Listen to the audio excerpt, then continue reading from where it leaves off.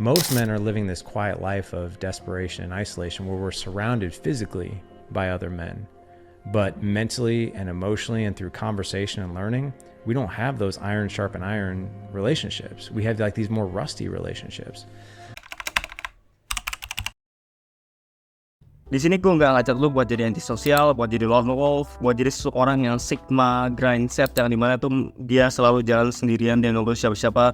Itu merupakan salah satu hal yang bullshit. Ya, karena ya kita sebagai manusia, kita sebagai anak muda remaja pasti itu bawaannya pengen have fun. Kita harus berinteraksi dengan satu sama lain agar kita bisa membangun suatu hubungan personal atau membuat suatu memori dengan teman-teman kita, dan itu justru wajib gitu loh. Tapi di sini gue akan garis bawahi berdasarkan pengalaman gue bahwa ada beberapa fase yang itu emang lo harus hadapi, lo jalani sendirian.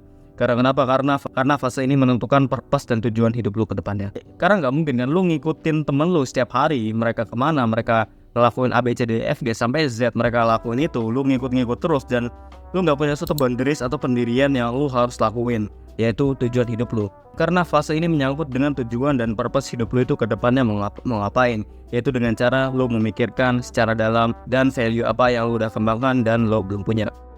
Gue mengalami fase kesendirian ketika gue nginjak kelas 3 SMA. Karena waktu itu teman-teman gue yang itu dekat banget ternyata punya perbedaan value. Teman gue yang awalnya baik-baik ternyata masuk ke lubang yang itu kurang baik di mata gue, dan ya udah dari situ gue nggak ngefit sama mereka. Karena kalau gue maksa ngikut mereka terus, dan padahal value-nya tuh beda tuh. Value gue let's say di sini, terus value mereka di bawah gue gitu. Mereka kerjanya cuma buang waktu dan nggak pernah ngelakuin suatu hal yang produktif sih. Ya udah, dan akhirnya dari situ gue mulai fokus sama diri gue sendiri. Mereka ada teman yang baik, mereka nemenin gue dari kelas 1 sampai kelas 2. Tapi ya mungkin ini adalah salah satu fasenya dimana gue harus menghadapi kesendirian itu, karena ini menyangkut dengan purpose gue. Ingat, pertemanan lo itu adalah gambaran diri lo. Jadi mungkin ada fasenya, ada waktunya buat lo nge-spend waktu buat diri lo sendiri, agar lo gak nge-spend energi lo ke orang-orang yang salah, yang itu kualitasnya rendah.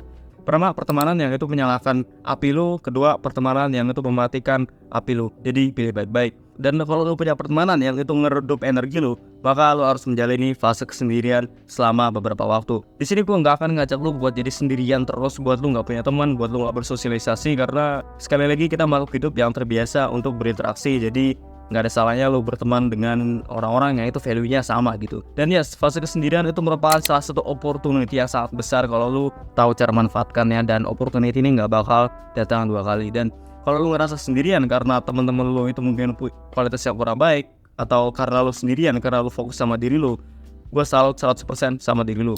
Dan gimana sih cara gue bisa memanfaatkan energi itu? Mungkin kesendirian itu sering dilihat sebagai salah satu hal yang negatif, karena kesendirian itu bisa menyebabkan kesepian. Kesendirian itu bisa menyebabkan fear of missing out, bisa menyebabkan lo ngerasa nolep, terisolasi, dan segala macamnya.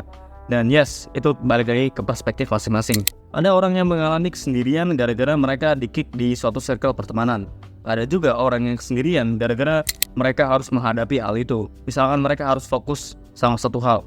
Dan itu balik lagi ke motif dan tujuan kita. Tapi kita tahu kan, di dalam hidup itu kita punya purpose dan tujuan gitu loh. Dan untuk menemukan purpose itu, lu harus luangkan waktu lu buat diri lu sendiri. Kalau lu masih nonton ini, kemungkinan besar lu pengen meningkatin personal development lu pengen meningkatkan value lu. Untuk lu belajar gak dependen sama orang lain. Untuk lu belajar gak ketergantungan dengan siapapun. Oke, lu boleh bersosialisasi, tapi ingat lu harus membatasi diri lu untuk lu bisa spend waktu buat diri lu sendiri. Ya hal simpel aja, kayak olahraga, nge-gym, lu ngedukasi diri lu. Itu merupakan salah satu kesendirian produktif. Gua nganalogikan kesendirian itu kayak gini. Ibarat lu pengen jadi orang kaya. Saat lu pengen jadi kaya, pasti ada suatu aksi yang lu harus lakukan, yaitu kerja. Ketika lu kerja, lu akan mendapatkan imbalannya berupa duit. Dan ya udah, selama perjalanan lu itu untuk menjadi kaya, ada banyak permasalahan yang lu harus hadapi. Entah itu dari permasalahan pekerjaan, mental lo. Tapi setelah lo menghadapi hal itu, lo bisa mendapatkan self reward yang lebih baik ke depannya, yaitu menjadi kaya. Dan ini merupakan salah satu analogi simpel yang gue bisa paparkan ke lo.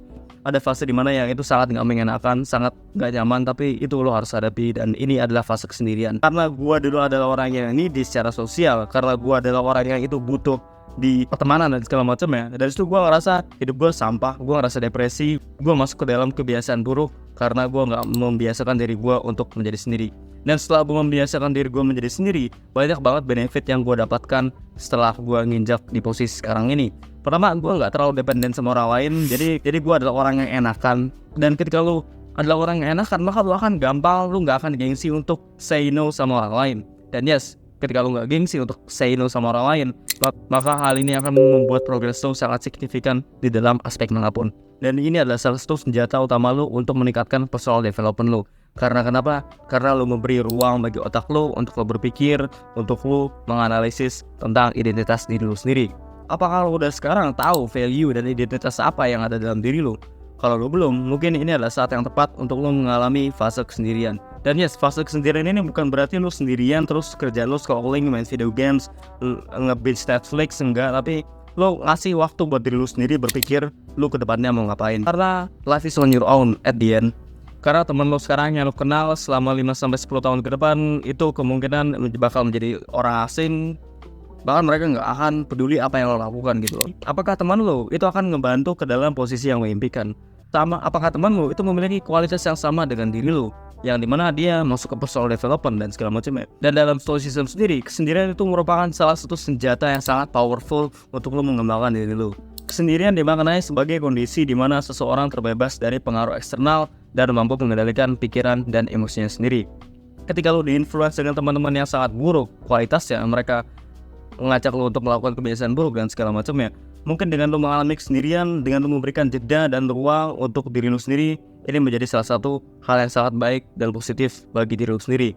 Karena ketika lo terlalu dependen sama orang lain, sama orang tua lo, sama pertemanan lo, sama best friend lo bahkan, maka lu akan ketergantungan dengan mereka sampai lu nggak mendapatkan goals yang lu impikan gitu. Di sini gue dapat studi dari Journal of Positive Psychology, di mana suatu individual yang mengalami kesendirian dalam beberapa saat mereka mendapatkan life satisfaction yang lebih tinggi dibandingin orang yang nggak pernah mengalami kesendirian sama sekali. Dan studi selanjutnya yang gue temukan di tahun 2014 dari Psychological Science, sendirian itu bisa mempromosikan dan meregulasi emosional lo menjadi lebih baik karena lu meng-spend waktu buat diri lu sendiri. Dan bagi para orang stoik, kesendirian itu bukanlah sebuah kutukan, melainkan sebuah kesempatan, peluang opportunity yang sangat besar untuk lu fokus mengembangkan diri lu ke depannya. Dari sini lu bisa mengidentifikasi diri lu secara jelas, lu bisa mengidentifikasi lu ke depannya mau ngapain. Sekali lagi, yang menentukan purpose lu, yang menentukan value lu, yang menentukan identitas diri lu, itu adalah diri lu sendiri,